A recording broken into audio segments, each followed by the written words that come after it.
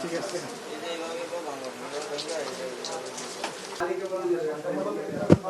তোলে লেভেল আছে?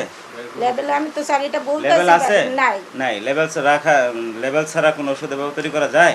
না যায় না, যায় এটা না। তো এটা হলো অন্তত একটা কারণে এটা জিএমপির গাইডলাইন বহির্ভূত কাজ, মানে জিএমপি ভায়োলেশন। জিএমপি ভায়োলেশন মানে ওষুধ ও কসমেটিক আইন 2023-এর ধারা ভঙ্গন করা, একটা আইন ভঙ্গ করা। আইন ভঙ্গ করলে শাস্তি আছে, ঠিক আছে? আপনি কি আপনাদের অপরাধগুলো স্বীকার করছেন কিনা একটু বলবেন? আমি আপনাদের এগুলো এই যে অপরাধগুলো, এগুলো কি সঠিক নিয়ে সঠিক না বলেন?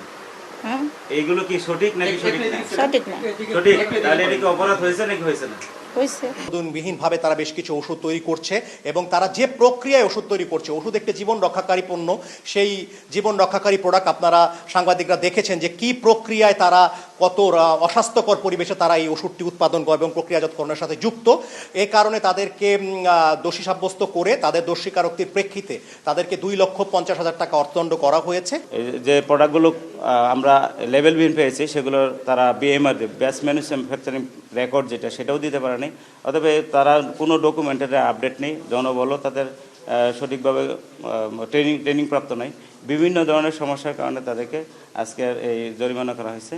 তো আমাদের ওষুধ প্রশাসন থেকে এই ধরনের যারা WS এর গাইডলাইন ব্যতিরেকে বা লাইসেন্সের যথাযথ ব্যবহার ব্যতিরেকে যারা ওষুধ তৈরি করবে তাদের বিরুদ্ধে আমরা অভিযান অব্যাহত রাখবো।